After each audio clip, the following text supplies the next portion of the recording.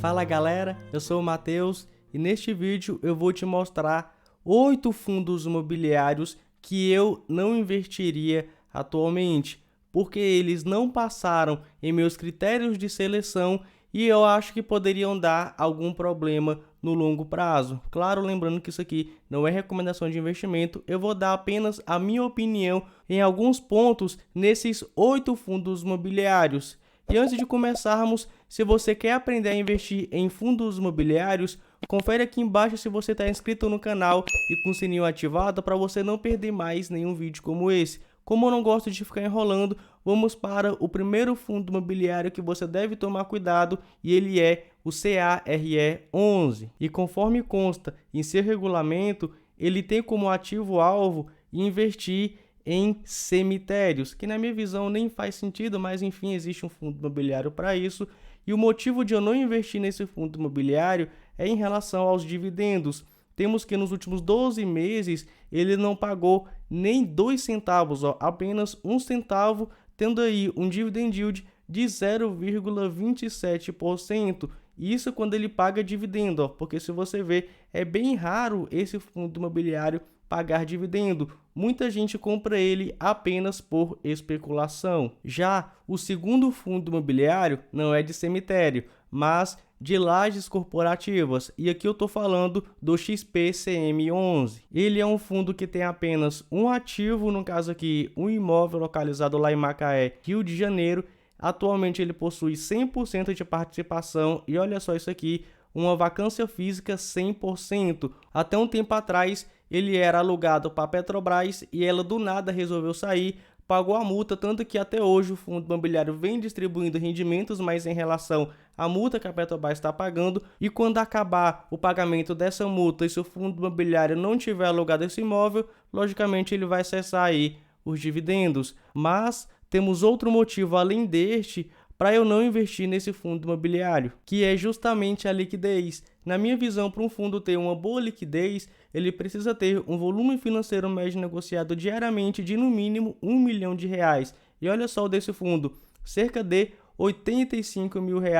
Ou seja, tem poucas pessoas comprando cota e poucas pessoas vendendo cota. Se você quiser fazer qualquer um dos dois, pode levar um tempo, né? Pode demorar um pouco. E partindo para o terceiro fundo imobiliário, que também é de lajes corporativas e tem apenas um inquilino. Já está vendo aí o motivo, né? Que ele possui apenas um ativo e possui apenas um inquilino. E aqui eu falo do SPTW11, que possui apenas o imóvel Badaró, localizado em São Paulo, com o inquilino apenas que é Atento. Ele possui ainda um contrato típico que vai vencer em setembro de 2030.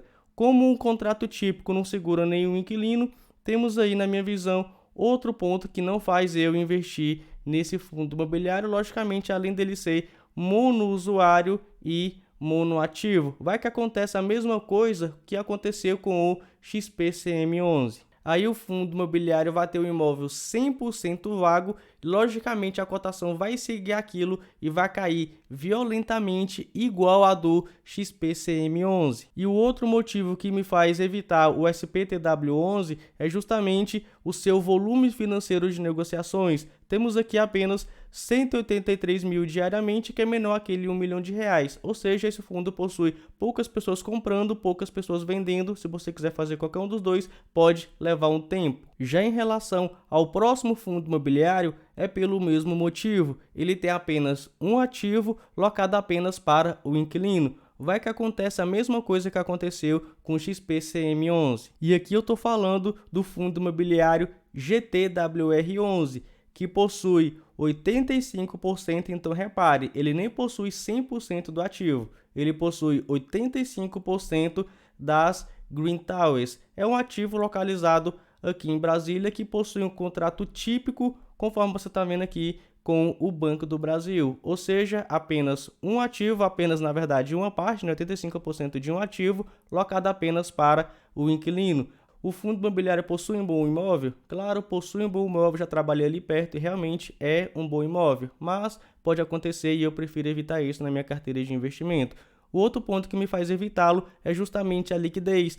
Conforme você está vendo aí, basicamente desde setembro de 2021, o fundo imobiliário não tem uma liquidez total ali no mês de no mínimo 30 milhões de reais, ou seja, tem poucas pessoas comprando cotas do fundo e poucas pessoas vendendo cotas do fundo. Se você quiser comprar, pode ser que demore um pouco, se quiser vender também pode ser que demore um pouco. Já o próximo fundo imobiliário, ele tem vários imóveis, mais de 30 imóveis para você ter ideia, e mesmo assim, na minha visão, não faz sentido tê-lo na minha carteira. E aqui eu falo do TRXF11. Temos que ele possui participação direta em 31 imóveis e indireta em 17 imóveis através do fundo imobiliário TRXB11. Mas por que eu não invisto nesse fundo imobiliário?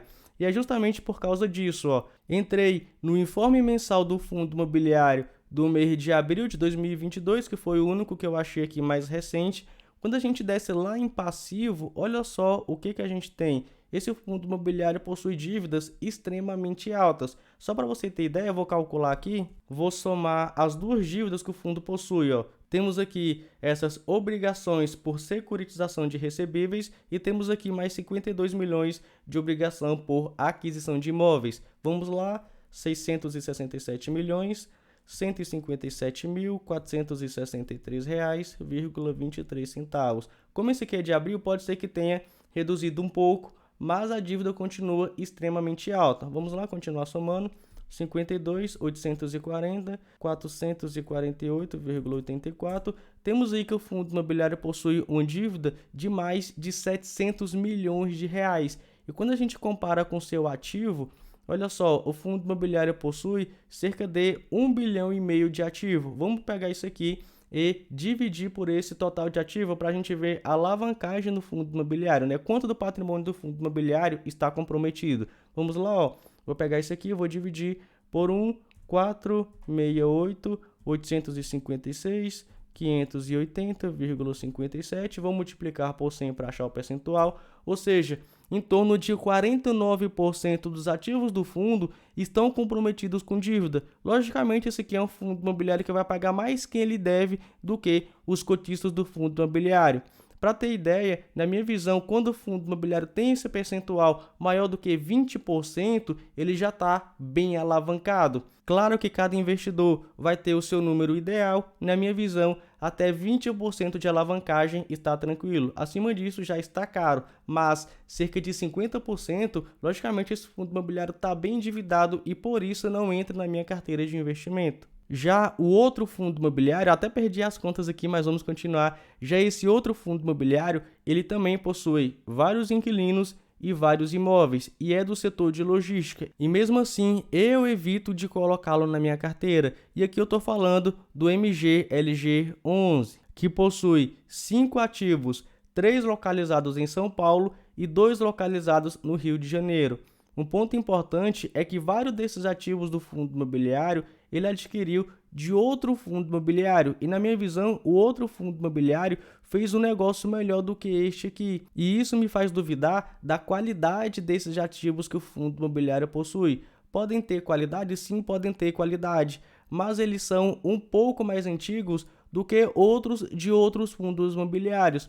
E outro ponto que me faz ficar longe desse fundo imobiliário é justamente também a questão da dívida. Olha só, entrei no informe mensal do fundo do mês de abril de 2022, que foi o último que eu vi aí o fundo imobiliário soltando. Vamos lá que ele tem apenas essa dívida de 57 milhões de reais. Vou pegar esse valor novamente, 57.303.211,93 e vou dividir pelo total de ativo que o fundo possui para a gente ver a alavancagem perante os seus ativos. Ó. Esses 214 milhões. Vamos lá, 214.925.811,36. Vou multiplicar por 100 para achar um percentual. Olha só, uma alavancagem superior a 20%. Ou seja, esse fundo está um pouco mais endividado do que eu gostaria e, logicamente, ele possui ativos que, na minha visão, não têm uma boa qualidade para entrar na minha carteira de investimento. Mas vamos lá falar do próximo fundo imobiliário, porque eu tenho certeza absoluta que esse vai causar polêmica. Porque um fundo imobiliário que, ao menos por enquanto, não entra na minha carteira atualmente é o BRCR11, que possui atualmente mais de 140 mil cotistas. Então, por que será que eu não invisto nesse fundo imobiliário, já que ele possui vários cotistas, possui um portfólio gigantesco com vários imóveis, sendo que a maioria desses imóveis são de qualidade e possui, logicamente, aí também vários inquilinos? Vamos lá então que eu vou falar um pouco por que eu não invisto no BRCR11. E conforme eu havia dito, esse fundo imobiliário possui ótimos imóveis espalhados aí em São Paulo e no Rio de Janeiro.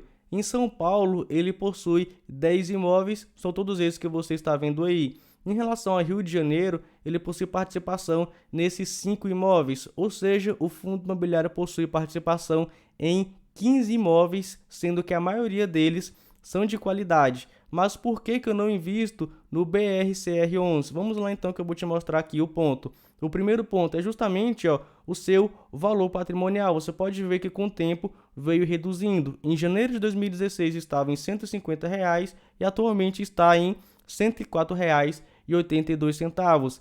Ah, Matheus, mas por que acontece essa redução do seu valor patrimonial? Isso pode acontecer por 2 motivos. E aqui eu falo em relação a fundos imobiliários de tijolo. O primeiro motivo é que o fundo imobiliário pode ter vendido com imóvel, logicamente o seu valor patrimonial vai reduzir. O segundo motivo são as reavaliações nos imóveis. Se tiver uma reavaliação negativa, logicamente o valor patrimonial do fundo também vai reduzir. E partindo então para o outro ponto que não me deixa investir no BRCR11 é justamente a respeito dos dividendos. Repare uma coisa, lá em 2014 o fundo imobiliário estava pagando por mês cerca de R$ 1 por cota. E atualmente ele está pagando aproximadamente 50 centavos. Ou seja, de 2014 até 2021, 2022, o fundo imobiliário reduziu seus proventos pela metade. Por isso que eu falo a respeito aí daquela redução do seu valor patrimonial, porque certamente o fundo se livrou de algum ativo, já que temos aqui amortizações de 4,50, de 5,15 e esse aqui de 10,57. E olha só para você ver que é importante a gente analisar isso. Quando a gente entra nas cotações do fundo imobiliário, eu sinceramente não sei o que a gestora fez com esse fundo imobiliário, já que ele possui excelentes imóveis. Porque é um ponto, cara, sinceramente, me deixa chocado, porque isso aqui pode ter corroído o patrimônio de vários cotistas. Repare só nesse histórico, o fundo imobiliário hoje, para você ver que coincidência, hoje está em queda de cerca de 15%, quando a gente vê os últimos 5 dias estava em queda, no último mês em queda, em 6 meses em queda, no ano aí de 2022 até o dia 9 de junho de 2022 temos aí queda, no último ano queda também, em 5 anos mais queda e o máximo, desde 5 de outubro de 2012, o fundo imobiliário vem caindo e atualmente ele já pega mais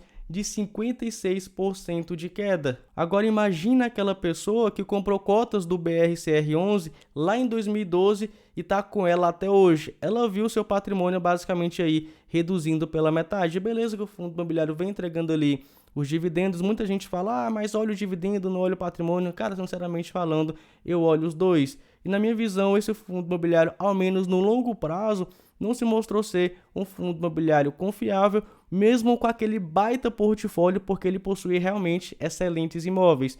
Mas vamos lá falar a respeito do outro fundo imobiliário que eu evito de colocar na minha carteira, que é o fundo imobiliário NEWU11. E os pontos de não investir no NEWU11 são esses. Primeiro, ele possui apenas 1.720 cotistas, ou seja, poucas negociações. O outro ponto, ele possui uma baixa diversificação, apenas 3 imóveis e apenas 5 locatários. O outro ponto, a vacância, ele está com a vacância de mais de 63%. Ou seja, se a gente for pegar aí e dividir por 3, basicamente 2 imóveis do fundo imobiliário estão desocupados, sem ninguém alugar. O outro ponto tem a ver justamente com os dividendos do fundo imobiliário, porque conforme você está vendo aqui no gráfico, o último rendimento que o fundo imobiliário soltou foi em janeiro de 2020 e foram apenas 4 centavos. E eu gosto de investir em fundos imobiliários que me dão mais segurança para receber os meus rendimentos mensais. Se você quiser uma parte 2 desse vídeo, comenta aqui embaixo que você chegou até o final e quer a parte 2. Fico por aqui, se gostou desse vídeo não esqueça, deixa o seu like, se inscreve no canal se você gosta desse tipo de conteúdo. Fico por aqui e até mais.